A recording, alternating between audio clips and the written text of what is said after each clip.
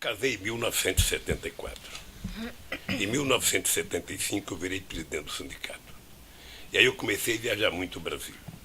Eu odiava saber que uma mulher tinha que levantar todo dia e pedir R$10 para o marido para ir na feira para eu comprar uma coisa. Então eu abri, em outubro de 1975, uma conta conjunta com a dona Marisa, para deixar a dona Marisa administrar as questões da casa.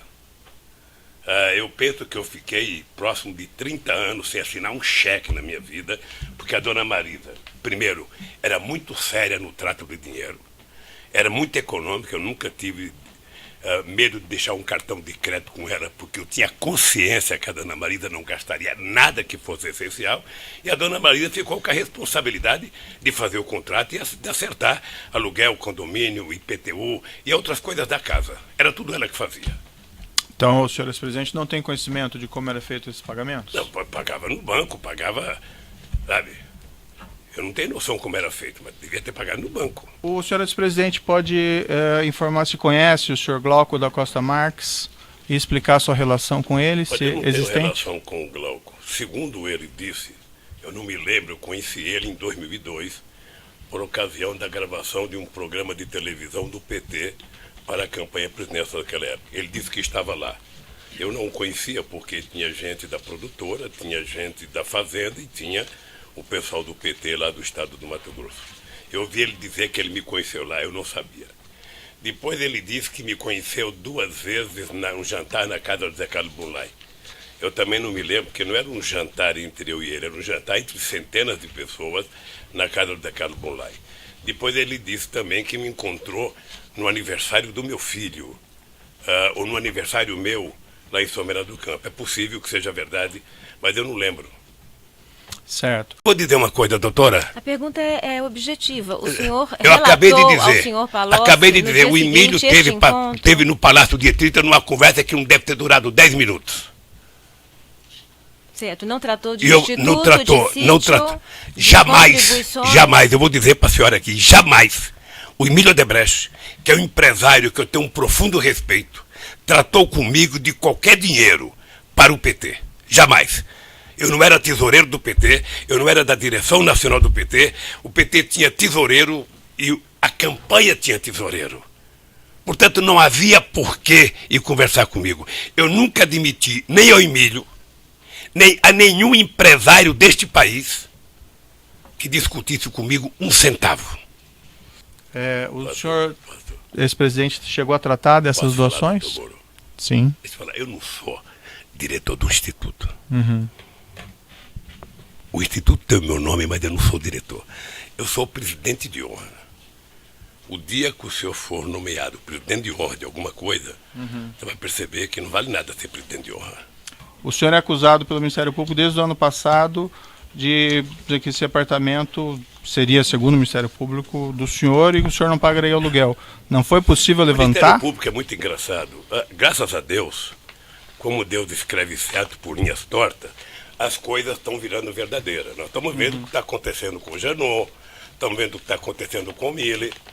E a força-tarefa da Lava Jato aqui em Brasília está tratando de forma a destruir o Ministério Público, contando inverdades. Eles inventaram que o triplex era meu, porque o Globo disse não é, e o senhor sabe disso. Eles agora inventaram que o apartamento é meu e não é, e ele sabe disso. Como inventaram a história do sítio, que é meu e não é. Ou seja, 3 denúncias do Ministério Público por ilação. Algumas indagações com relação ao imóvel da rua Aberbeck, Brandão, e Finalmente, é para isso que eu vim aqui. É objeto da acusação também a questão da aquisição do apartamento vizinho. Por isso as perguntas que foram formuladas anteriormente ao senhor. Se a suposição de vocês, ilação de vocês, sabe por quê? O que menos preocupa vocês agora é prova. Certo, senhor ex-presidente, talvez o senhor esteja um pouco rancoroso, mas assim, é a oportunidade que o senhor tem de responder essas questões. Mas eu não estou rancoroso, certo. Eu não estou rancoroso. Então é natural que sejam feitas as perguntas. Eu fico preocupado, doutor Moro, eu fico preocupado quando as pessoas inventaram uma história e tentam a cada momento transformar aquela inverdade em verdade. Certo, mas veja, senhor ex-presidente, é a oportunidade que o senhor tem de responder as questões. Eu tenho muita experiência. Certo. Perfeito. Sabe, eu tenho muita experiência. Então, quando você senta numa mesa, qualquer que seja a mesa, com mais gente, para fazer negociação, Ou você senta com a disposição de trabalhar seriamente, fazer a apuração corretamente, ou você senta com a disposição de que não vai dar certo, ou senta com a disposição de que vai dar certo. No caso do Ministério Público, eu já disse mais de uma vez para o senhor. Sim, eles contaram uma grande mentira com o PowerPoint. Perfeito. Não o Ministério Público, mas o Ministério Público da Lava Jato. E eu quero ver como é que eles vão sair dessa. Eu refiro essa matéria, está na nota de rodapé 386 da denúncia, é uma matéria veiculada no portal UOL, dizendo que já havia um espaço físico reservado para ser a sede do Instituto, localizado perto do Parque do Ibirapuera. O imóvel da Rua Berbeck exatamente fica nesse local, né, lindeiro Avenida 23 de Maio, próximo ao Parque do Ibirapuera, e que esse projeto era tocado por um grupo de apoiadores. O senhor, ex-presidente, saberia explicar como a imprensa já sabia isso em 2010? Tem tanta coisa que a imprensa já sabe que a senhora não sabe, doutora. Tem tanta coisa, doutora. Então, doutora, é o seguinte, a senhora pode abrir um processo contra o jornalista do UOL que escreveu isso, ele pode explicar para a senhora. Esse documento que foi lhe mostrado, senhor ex-presidente, o senhor já tinha conhecimento dele? Não. Já tinha visto ele anteriormente? Não.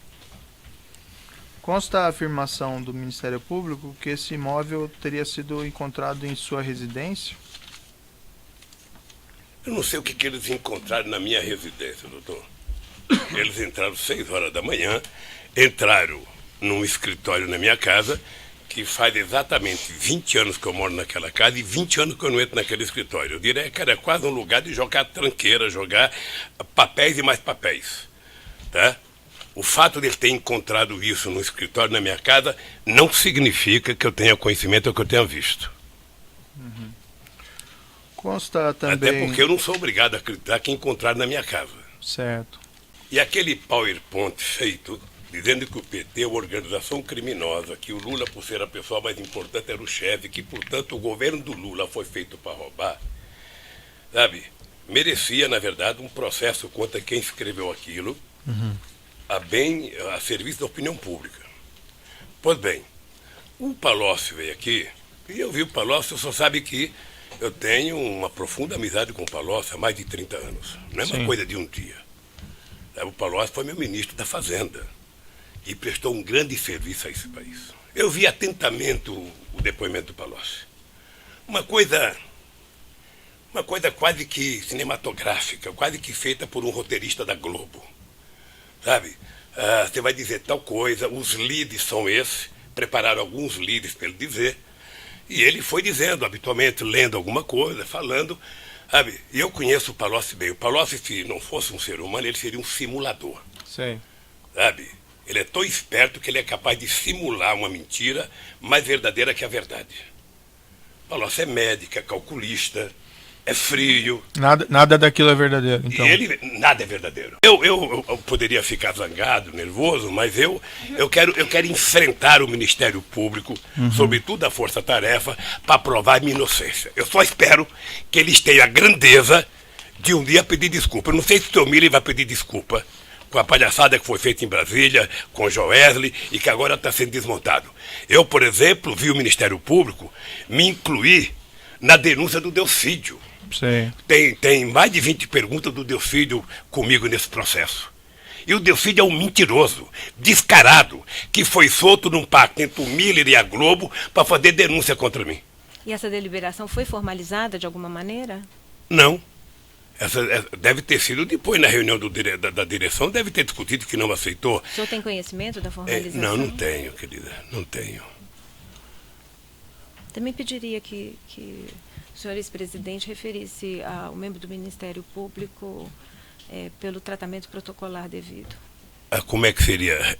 Doutora...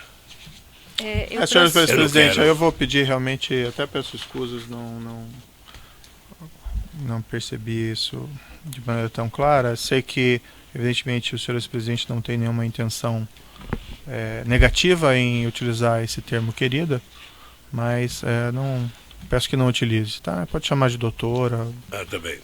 Senhora procuradora. Tá bem. Perfeito? E vou terminar fazendo uma pergunta para o senhor, doutor. Eu vou chegar em casa amanhã, vou almoçar com 8 netos e uma bisneta de 6 meses. Eu posso olhar na cara dos meus filhos e dizer que eu vim a Curitiba prestar depoimento a um juiz imparcial? Bem, primeiro não cabe ao senhor fazer esse tipo de pergunta para mim, mas de todo modo, sim. Sim. Porque não foi o procedimento na outra ação, doutor. Eu não vou discutir a outra ação não foi. Com o senhor ex-presidente. Se nós fôssemos discutir aqui, a minha convicção foi que o senhor é culpado. Não vou discutir aquele processo aqui. O senhor está discutindo lá no tribunal e apresente suas razões no tribunal, certo? Se nós fôssemos discutir aqui, não seria bom para o senhor. Mas é porque nós temos que discutir aqui. Não vou interromper eu aqui vou a continuar gravação. Certo. esperando que a justiça faça justiça nesse país.